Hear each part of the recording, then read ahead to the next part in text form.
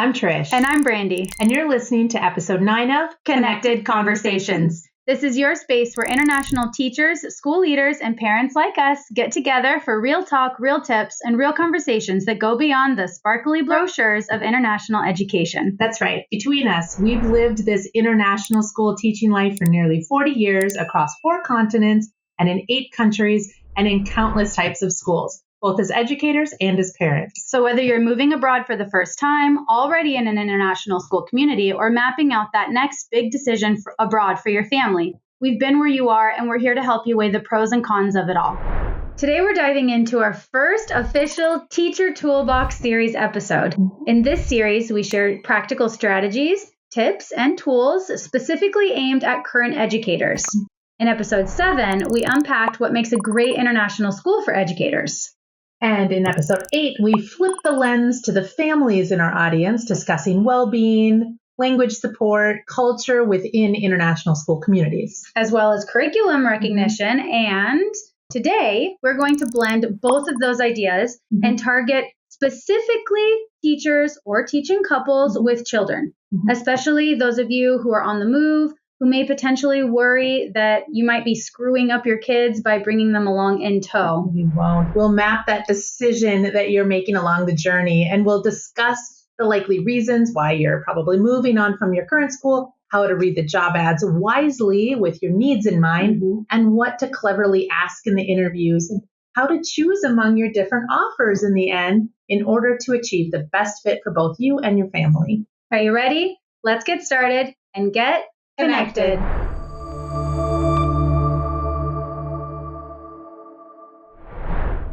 Okay, real talk for a minute. Why do teacher parents like us start looking for new jobs? Of course, this breaks down into a myriad of different, varied personal reasons, but we've lumped most of them into what we feel are like the most common 3 situation groups. Okay, situation 1. Sometimes you just need to move on or get out. Yeah. Okay. This may be that the country fit feels off, or leadership drama is draining, and maybe the workload is untenable, or finances aren't adding up for you, and maybe the culture is just really isolating. Yeah, and that happens. That's a reality sometimes. Yeah. But maybe you're job hunting due to situation number 2. You could actually be a bit bored and you just need to grow.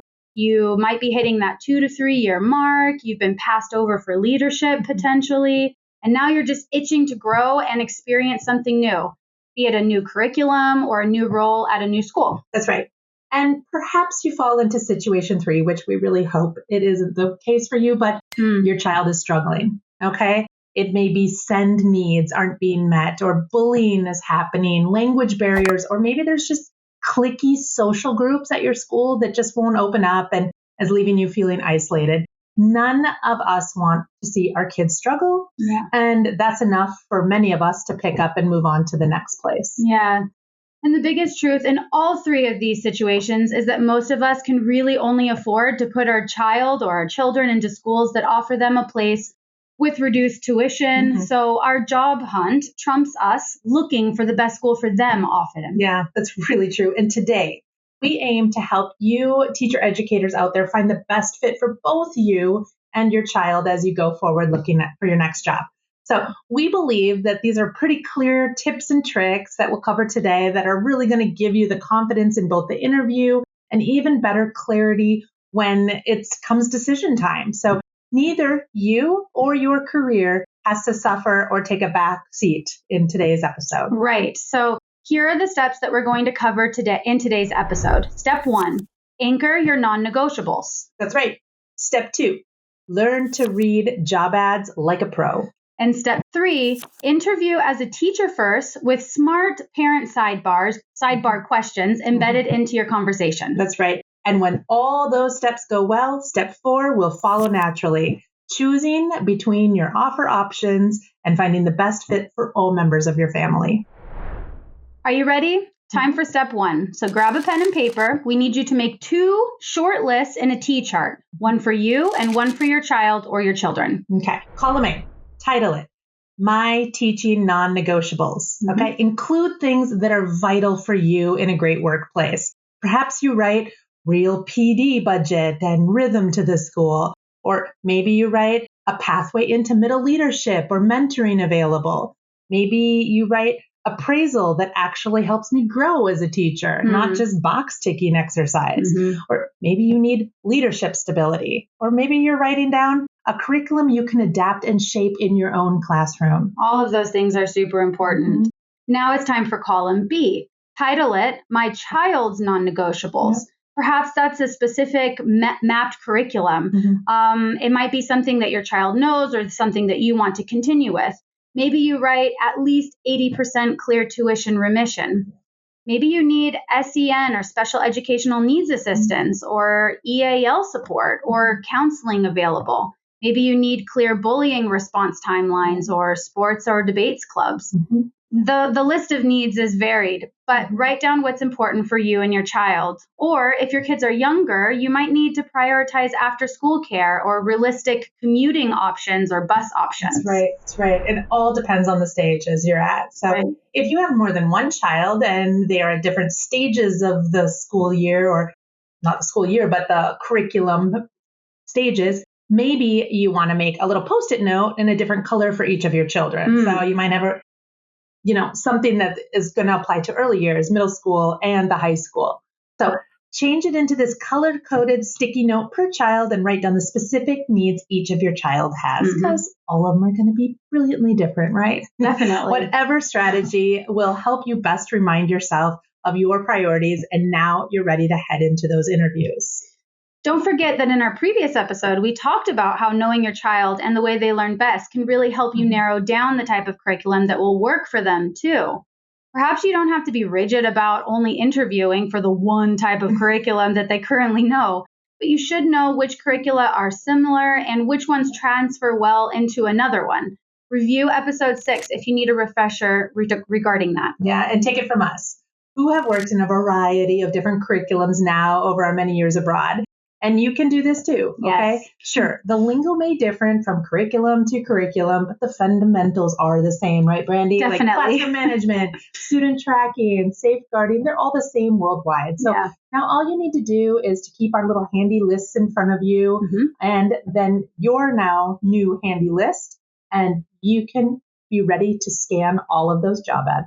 Definitely. So let these two columns be your bumper rails. They'll hopefully keep you from getting sidetracked by surface salary wows or exotic location excitement. I know we've both been there before. I'm guilty. And they should really help you stay focused on the things that should bring your whole family long-term success in the next position. That's right. And there it is. Step 1, done. You've got your non-negotiable lists. It's time to open up those job boards and start your scrolling. All right, it's time to shift into the daunting and seemingly ever-fluctuating world of scouring the internet job boards. Oh, that's right. And there are so many places to look for jobs these days in the teaching world internationally. Yeah. As someone who has just celebrated her 20 years abroad, it seems like every few years when I'm looking, the job posting trend is slightly different than what it was a few years before that. And I need to learn how to look somewhere else completely, entirely. Oh my gosh, I so feel for you. Thank you. And if you remembered our connected journey, Trisha is the one who has way more experience in the I want to get out of here and explore and see another country realm. I'm the one who moved abroad and found my forever home right away in Czech Republic. So I've been working in the local context for a while. I've been at my key schools for extended periods of time. And so that means that the job search within a single country, it's a totally different world than someone who's looking to move abroad to a new place. We find that in the local context, there are often a lot of local expat sites where you can find job postings on, such as in Czech Republic, there is expats.cz. And you can also directly write to schools, often straight from their websites. And you can do that anywhere that you're considering going, but in the local context, that's a good go-to. Yeah, especially when you work in the Czech Republic, you know all the other schools. So you're like, I want to pop over to that one. So you just go to their website because you know their website. Exactly. But it's so much harder when you're abroad, right? Yeah, because you don't know where to go. Yeah, exactly. So we're going to focus on the other half of the job search right now, the one that I'm a bit more familiar with. It's that equation of searching for the post in a different country where you've never been, you've never lived, maybe you've never visited, right? So There's so many different platforms out there that can help you. And there are some really regional specific or like specific in certain types of schools that may help you out. So, for example, here's how crazy things have changed, Brandi. Okay. When I first got my job in South Korea some 20 years ago, after my TEFL course in Prague, I found that through Dave's ESL Cafe. Okay. Wow. And then the next one was, my next job was Czech Republic, coming back, and I wrote directly to a school that I wanted because I wanted that town. And so I wrote to the school itself, and so got the job that way. No job search and postings needed. Then my next UAE post was on teachaway.com, and my Malaysia post was on teacherhorizons.com. Wow. And then my Czech Chinese boarding school and my other boarding school, they found me through LinkedIn. And my Thai boarding school was through Search Associates Job Fair. So there's a lot of places to look, is what we're trying to say. Yeah, there's really no one size fits all. And you've experienced a lot of them over your career in what you're looking for and where you're looking for. So, right. Yeah. I can't even imagine. If you're listening, if you're on this journey, country stay. We feel for you. It's kind of going against our advice right now. I know, I've been your friend through all of those journeys, and I've heard all of the stories along the way. And so I know right now you're also on the hunt again, right? Yes. And that's how I spend my Saturday mornings right now, like doing the scrolling through tests and Search Associates opportunities. Yeah. Those are the two I've decided to focus my energies on. Smart. And an administrator friend who I just reached out to the other day, he just told me that he's found recently his best candidates on Schroll. So I'm like, ugh, do I have to go to another? But we'll see. It can be overwhelming. It's true. Yeah, definitely. And that's the reason why Trish and I are starting Connected Global and this whole adventure. We're here to help you navigate this easier. As a matter of fact, we've been working hard to gather country by country specific info into our one-stop shop annually updated country guides. These are going to be available on our website at connectedglobal.org super soon. If you're listening, maybe by the time you're listening to this, we're rolling them out. It's September as we're recording this now. But these guides do so much of this work for you. They break down the curricula that's offered, country-specific job contract, things to expect, cost of living, quality of life, and local culture. It also includes family and community life information, visa logistics, and a full curated list of every single international school and their websites in the country. That is the most valuable. Okay, we believe that these country guides are going to be global gold in the future to educators. People who are facing choices between maybe a few countries, plus they'll allow you to reach out directly to specific schools that you may not even know exist, because a simple AI search does not answer all this. I can tell you, because our school currently doesn't appear on AI searches. So we know that the algorithm is wrong out there. Definitely. Okay. We've given our own sales pitch for why we believe these country guides will really help you. Yeah. But now let's go back to what this section of the podcast is really about. The hundreds and hundreds of job ads that you are likely swimming through. And let's be honest, that's what job postings really are these days. Yeah. Mini sales pitches all over the place. And there can be a lot of helpful signals hiding in their wording. Yep. And we believe that there are ways that you can learn how to skim these adverts like a pro and really identify if they have your list that you made back there in step one, if they have those embedded key desires within them. So let's go back to those first three leaving situations that you have for leaving for a new post. Now, you have both your hats ready, your educator applicant hat and your dedicated parent hat.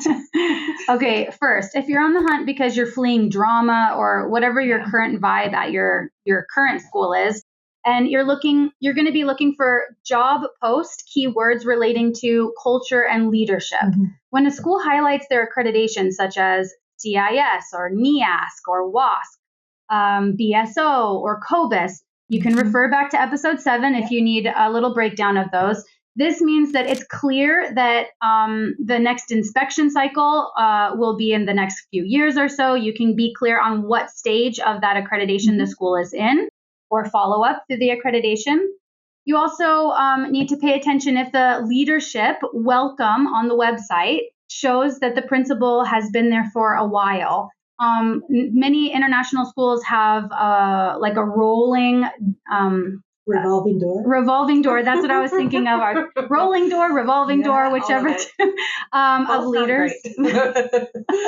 But if that principal or the director is revolving through the school, there's someone new every few years, that can be a red flag. So pay attention to how long the director or principal has been there. And sometimes a new one can mean invigoration and newness, but that can come with like lots of new work for you too. So definitely, it's about the energy, the vibe. You'll start to sense it in the job ad. So yes, keywords that you might see are looking like reaccredited in 2024, report available, or designated safeguard lead at our school is this person, we are a staff well-being and coaching culture at our school. Like this could mean stability for both you and your kiddos because there's investment in their teaching and their staff. Definitely. And like systems that are already in place and hopefully haven't been changed. Meanwhile, some caution phrases might be things like fast-paced or flexible hours. Hello, potential workload overload, or the best of everywhere with no mention of assessment or moderation. This could be code for no curriculum spine, or one that you are going to be needed to be developing yourself when you're there. Yeah, and perhaps you're on the job hunt because you are in the second situation that we mentioned. You just need a change and you're seeking further career growth or craving that professional stretch, So be sure to look for words in the advert like coaching, mentoring programs, or strong PD culture, and on-site inset days where there's PD at the school and time has been specifically organized for that. Look for terms like middle leadership opportunities, release time, internal promotions. Love that one. Yeah, definitely. Or, things like willing to train in the PD budget. Yeah, that's right. So schools that truly want to grow their teachers and invest in them often make it very explicit in their job posts. Yes. They're looking for teachers to grow with them, which is great for families, right? You want to grow. You don't want to move your kids around every year or two. So they're not just trying to squeeze what they can get out of teachers and then move them along, right? So finding a school where you can professionally grow while your children professionally and lovingly grow and blossom, can really feel like winning the lottery. And those schools have really strong teacher retention rates, which might be something else that they mention on their website. Definitely. Now, what if you're on the job hunt due to the third situation and often the saddest scenario? Your child needs a fresh start or just more support. Keywords you want to look for will relate to the situation that you're trying to fix. That's right. Go back to that list that you wrote down for your child's non-negotiables. Are you seeing those keywords in the advert on their website? You maybe won't see it in the job that you're applying for, but go over to the website and see, are you seeing evidence that they might do that differently than your last school? So if you're not, there's really no need in wasting your time applying there because you might just be repeating the same pattern that you're just trying to escape. Oh, that's such a good point. However, if you're seeing great things related to clear support and logistics, like a page on their website linked to learning support or the SEN team, or something like the EAL push-in programs mentioned, or anything else like counselor, transition program, buddy system, after-school care, and other benefit language like tuition remission for dependents. These are all huge green flags that speak to a community which likely has a strong focus on community and family well-being. We even had a well-being room and a coach at my last school in Thailand. It was amazing, sound baths and all this forest walking, forest bathing for teachers. It was amazing. Wow. So if you're seeing some of these keywords and this lights your list up, and then move this school over to your short list apply column. Definitely. Don't just apply if you match the experience of the job title advertised. There is so much more to it than that when you're traveling with your family. Right. And remember, the biggest and flashiest schools are often getting upwards of over 100 applicants for each post. So make sure you are applying for jobs that have all of your basic requirements and that you can legally get a visa in the country you're applying to. That's a little hidden trick. Key. Yeah.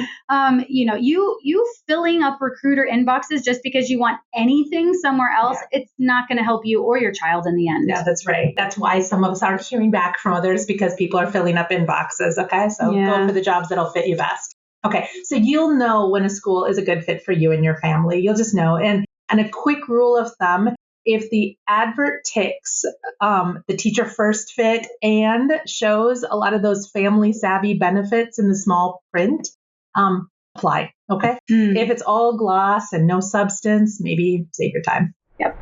All right. Congratulations. You've waded through the applications. You've applied for some of your favorites that are good fits. Yeah. You've waited patiently for those jobs to close, and now you're finally getting a few interviews. Yeah. Well done. Okay, getting to this point, I got so excited for a moment there. Sorry, getting to this point can be half the battle. I mean, sometimes, let me tell you, the competition is fierce, as we've mentioned. And like job boards that I'm seeing and chat groups out there are filling up with people complaining because they aren't hearing back from anybody, or despite them sending out multiple applications. And but keep in faith, connected friends. You've got this. Remember, the recruiting season is very long, and despite some schools posting and asking for intent as early as October, which is crazy, for the following school year, there are always ongoing rolling needs. You never know what unexpected events happen in a school and a position that needs to be filled. Maternity covers sometimes. Good point. Real. In the majority of the smaller non-advertising international schools, there are many in every country that you don't even hear about, as Trish said earlier. Go over to our website at connectedglobal.org and buy our country guides to find out just how many there are. Yep. These schools, they don't even start posting until January sometimes. Sometimes even as late as March of the same school year for the following school year. The recruiting season, it really goes from August, September, October, all the way until the end of the year. So I guess it's good news whenever you're watching this episode, it will apply to you. Touché. So with those first interviews booked on your calendars, let's now make a plan of attack for what you can ask to best balance your job seeking needs with your parenting needs. Okay.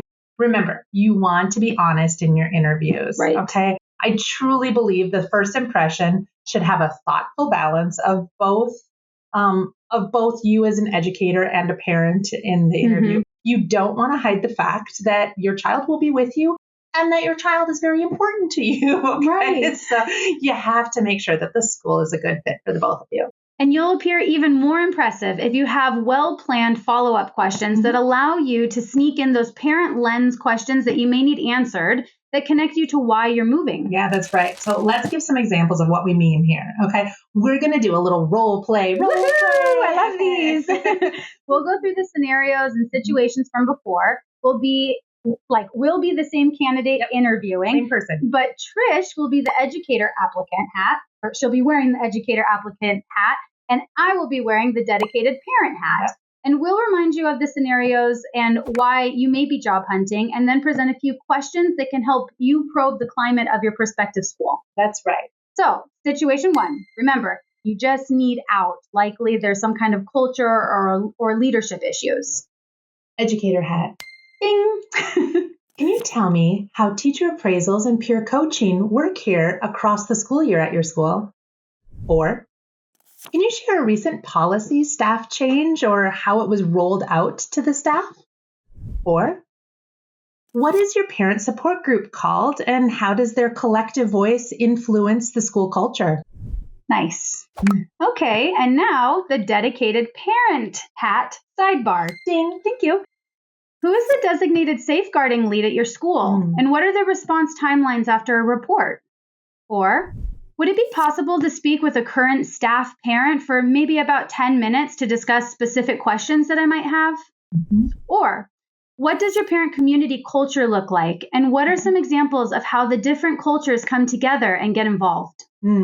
Asking any of these questions would get you clear feedback regarding the visibility of leadership, the way they work with parents and listen to, or maybe are steered by parents within the community, and the consistency of their behavior systems, the involvement or transparency of parent communication. All right, now we'll go on to job hunting situation number 2. You're seeking career growth and a professional stretch. Some questions you might ask are, applicator, educator hat. Ding. What PD pathways are typical in years 1 through 2? Or how do teachers move into the middle leadership at your school? Or is collaboration time timetabled or is it delivered on an ad hoc basis? All right. Dedicated parent hat sidebar. Ding. What percentage of staff are trained in the program they deliver? How do your pathways connect? Like from early years into primary, or going from primary to lower secondary, or IGCSE to the IBAP programs? And what scaffolds smooth these transitions? Many of these questions could help you determine the real amount of continuing professional development, or CPD, that they truly offer and how they embed it into the teaching day, not just make you come in on the weekend for more practice. Okay. It can truly clue you into if their curriculum is fully fleshed out or is just a bare bones map, or a spine. Okay. This plays into both your future workload and your kids' future learning success. Right. Okay, situation number 3. Remember, this is if your child is struggling, meaning that you need strong systems and support in place. Educator applicant hat, ding. Ding. How do teachers coordinate with learning support, EAL, or the counseling department? Could you share a recent example of how that worked really well? Or if staff children attend here, what boundary policies keep the roles clean, like teacher assignment or complaint routes? Those are good questions. Now, the dedicated parent hat sidebar. Ding. What's the SEN capacity or special educational needs capacity and caseload approach? Or do you use push-in EAL aligned with units? Or how are progress and next steps reported? Could I see maybe anonymized templates? Those are great questions. And in any of these answers, you're listening for evidence of systems. Okay. Not that we differentiate or, yes, of course we do that. You need examples of how. Yeah, a lot of schools will say that, yes, we differentiate, or of course we do that. But seeing the evidence. Inquiry-based, but show me where questions are asked in the topics. Exactly. So let's sum this up with a few pro tips. Pro tip number 1, watch your phrasing because this keeps it professional. For example, because I plan to stay several years, I'm thinking about continuity at home too. Could you share how... ... And pro tip number 2, save your deeper family specifics until after you've had an offer. Okay. Today is about fit and professionalism, and you don't want to overwhelm them with any of your backstory. Yes. Really.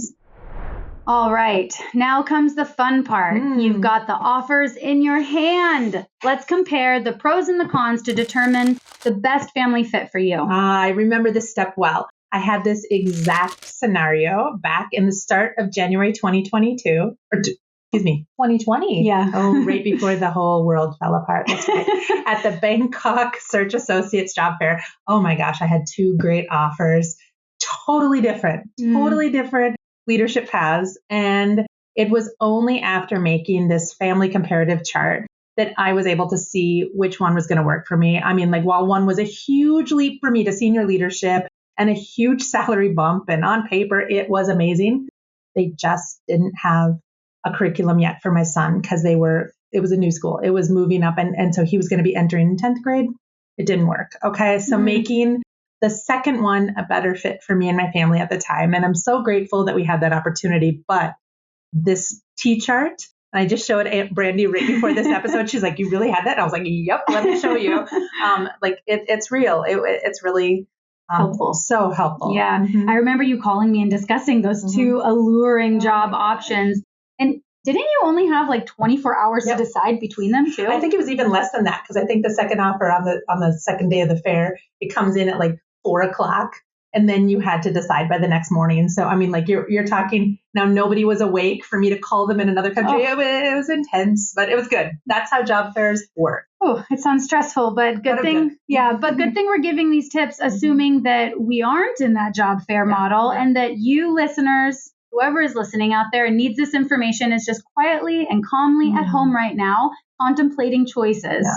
And you've made it to the best kind of problem, right? 2 or 3 offers on the table. Yeah. This is the moment to slow down and decide like a pro.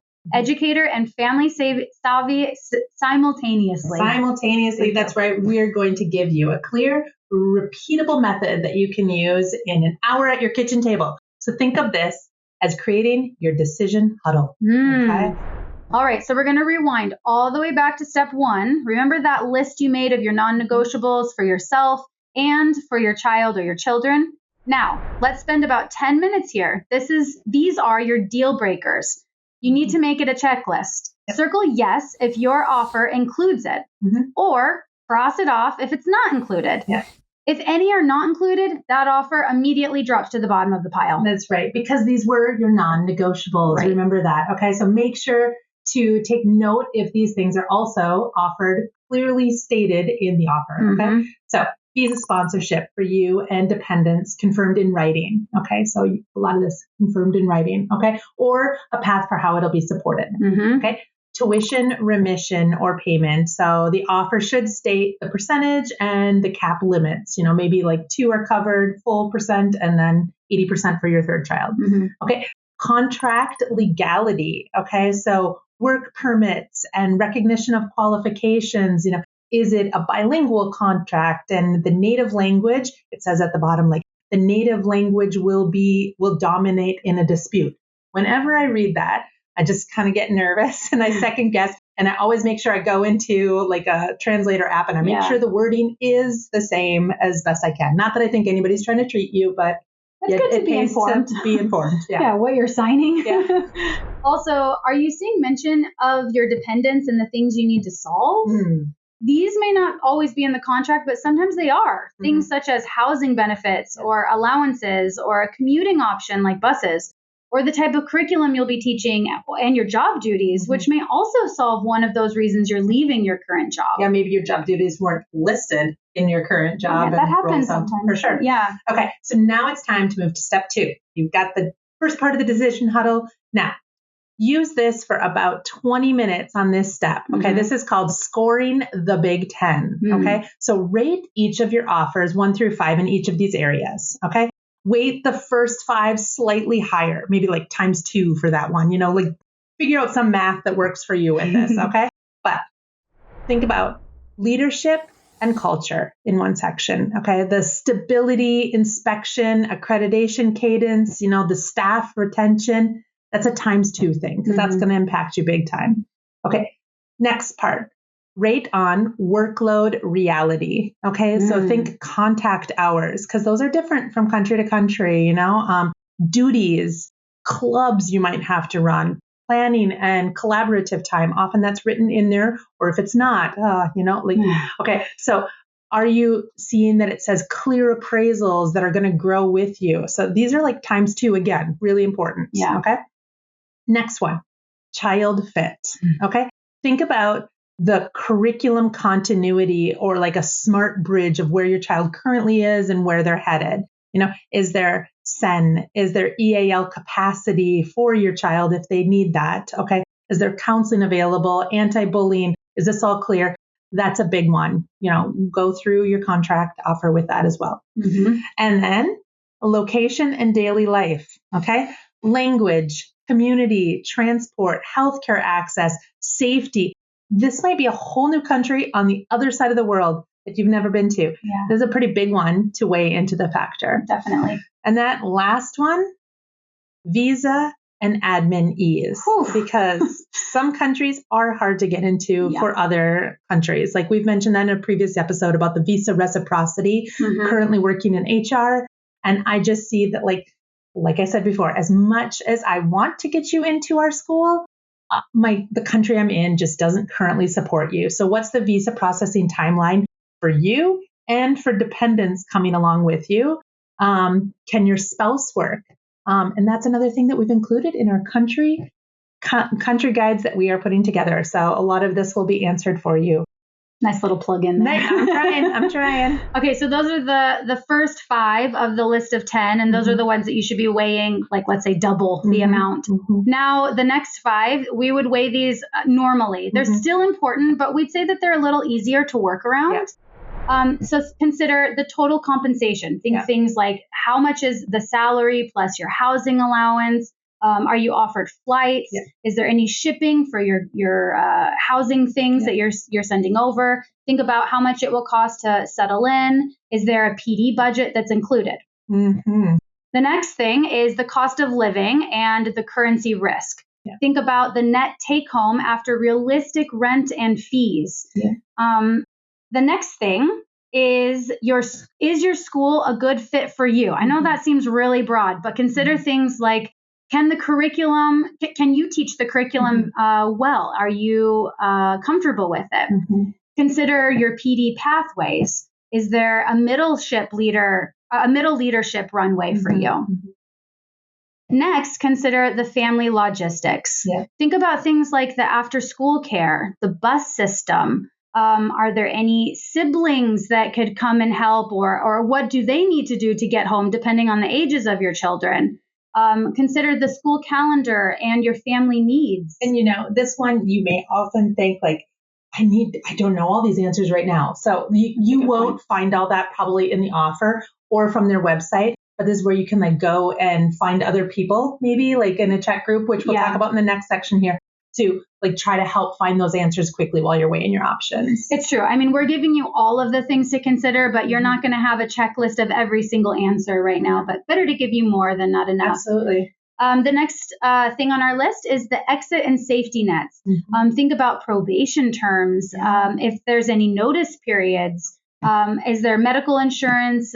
You might need maternity or paternity leave. Yeah. All right. So you just mentioning that probation period. Yeah. Like most countries, it's 3 months, right? But I have been in places where a teacher hasn't passed that probation period and they had kids with them.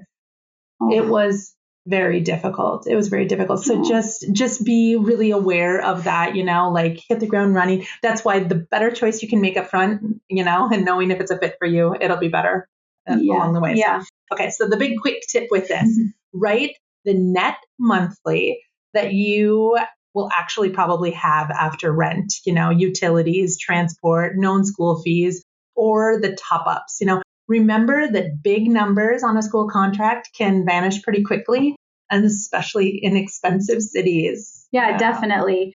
Okay. So now we get to step 3. Visualize, consider, and make note of the hidden costs and the gotchas. Okay. Spend about 15 minutes on this section. Okay. You may be able to ask the recruiter you've been working with or HR that you've been in contact with before signing the paper. These are certain questions you can ask. Maybe you can write them. What's the tuition remission if it isn't clear in the offer? Get them to say exactly what percent per child. And be aware that although the percent may stay the same throughout your contract, the tuition price may actually jump up if your child is going from one stage to another. For example, the primary years to middle school, the school costs more generally, exactly. Yeah. So check prices on websites for those kind of things. That's super important. And be clear if a seat is guaranteed or if there is a wait list risk. That can happen.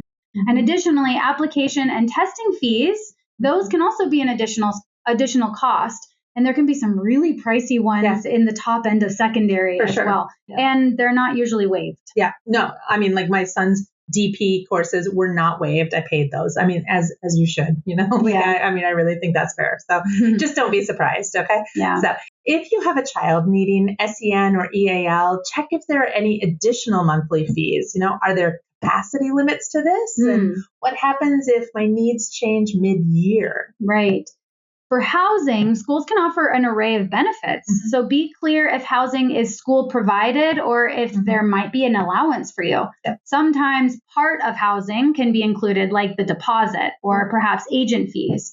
You can also ask for realistic rent examples near school to help you not go into your housing procedure or your journey blind. Yeah, exactly. And so when it comes to insurance, consider if it covers your dependents fully. Okay. This can change your monthly salary, like amount coming home significantly. Right. Are pre-existing conditions covered? Sometimes you're asked that to even get the visa. Depending on your situation, that can change the number that you're taking home. For sure. Consider your calendar and working hours, like we said before. Factor in meeting nights, weekend events, residential trips. how many and how often can be a deal maker or a deal breaker. That's for sure. And now the joyful and uplifting visa process. Consider what the typical processing time is or was last year. And if those timelines slip, who pays for those family visa costs? Yeah, those are good questions. And lastly, taxes and pensions. Is there a local tax withholding? Will you have any double tax implications? Ask if your school contributes to a pension. Yeah. So we should not write all those in one email just to be sure. No, do not do that. Do not do that. Okay. You might be like, oh, thanks. It was lovely meeting you. Okay, don't do that. But that is a lot of extras to consider. Okay. Right. And only you can decide if what demotes a school on your list or what brings up another school on your list. So let's move on. That's step 4, that tiebreakers and the reality test. Yes. Okay, this should take around the last 15 minutes of your process, right? Start by looking at the close scores. If there are some, then use these tiebreakers, okay? Does the school offer, first of all, does it solve the reason that you're leaving your current situation? Okay, so if you left due to culture, workload, or you chose a place with the clearest systems and sanity and or reduced contact time, is it solving that problem? Yeah, that should be the number one question that you're asking yourself. Which is why I went first. Now, consider the 2-year child arc. Map out your child's next 2 school years because contracts are generally at minimum 2 years. Yep. And take note if your child will be going through a key transition, like going from early years into primary, or maybe they're going to be moving from one key stage to another.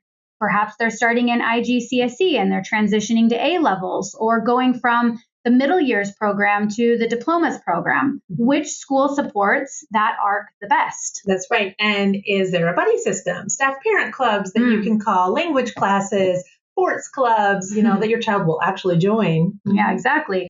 And I hate to say it, but if visas delay, which location still works for the family? Think things like temporary schooling options and housing flexibility. After your calls and documents, does your gut feeling still align with the facts you're finding? If not, which fact is missing now? I think those gut feelings can be a clearer indicator than any fact on paper as well. That's true. If something feels off, don't ignore those prickles. And if one offer excites you more than the others, that counts as a tally for consideration. That's right. So finally, if a decision really is too close to call and you have time, you might try one of these last 5-minute phone a friends. I know that I said the last one was 15 minutes and not the last step, but you got to phone a friend sometime, Sometimes right? you do. You do. So ask to talk to a parent, a staff parent at the school. You could maybe ask your recruiter or the HR person, could you please share a typical week for you and your child?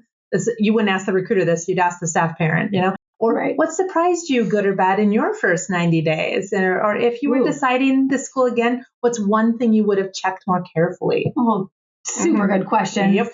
Okay, number 2, you can call or contact the HR or admin that you've been working with and ask a few of these things.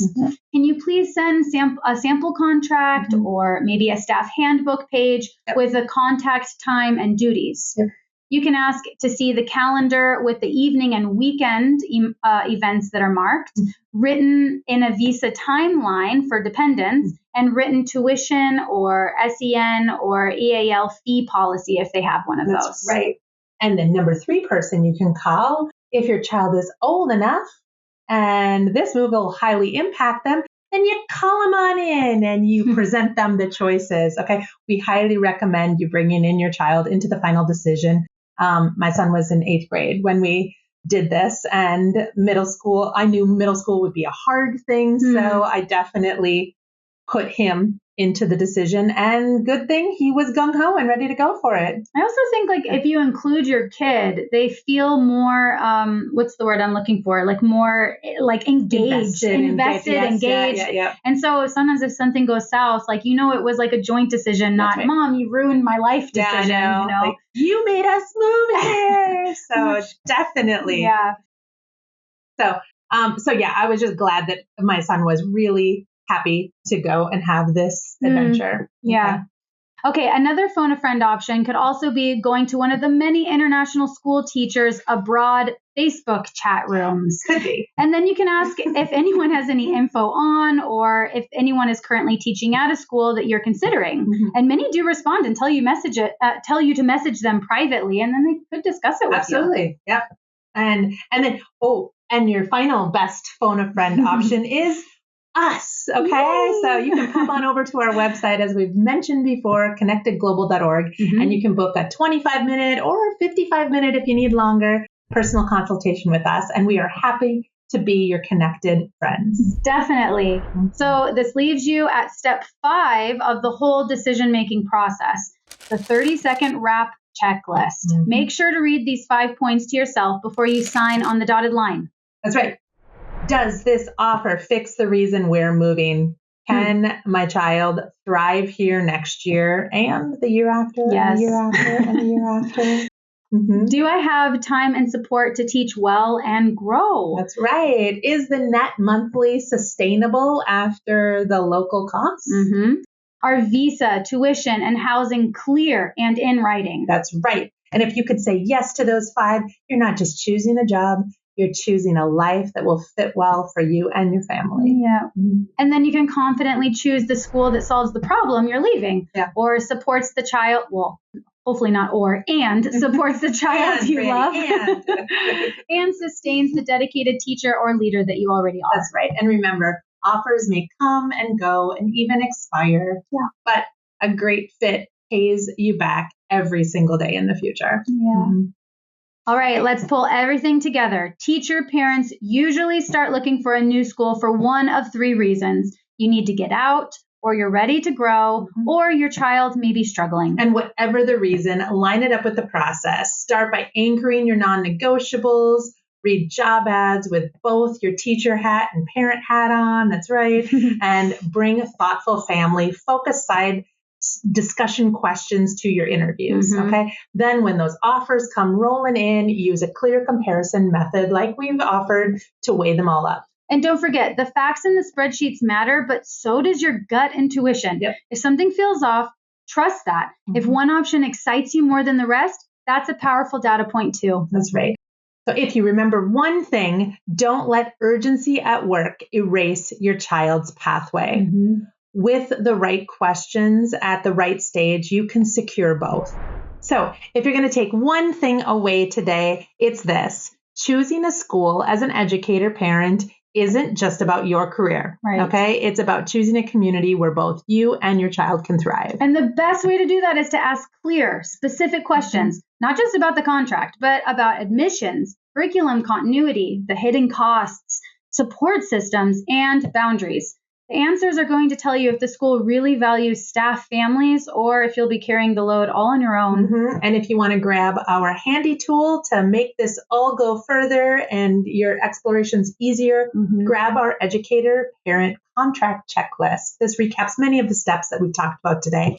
It's linked in the show notes below and also easily downloadable at our website, connectedglobal.org. And while you're there, check out our other resources too. You'll find lots of goodies like visa checklists, curriculum guides, and school comparison tools. They're all designed to make international school decisions easier for families. And remember, there is also where you can book a consultation with us. We'll chat with you about the issues we've covered today, like choosing between one school or 2 or 3, remission policies, curriculum fit, anything. Any other questions you have about your own international teaching journey. And we'd love to hear from you. Please drop a comment with the biggest factor you're weighing as an educator parent, or share this episode with a colleague who's in the same boat. So until next time, may your contracts be clear, your parent groups be calm, and your kids' transitions be smooth, and your family's journey be joyful and international.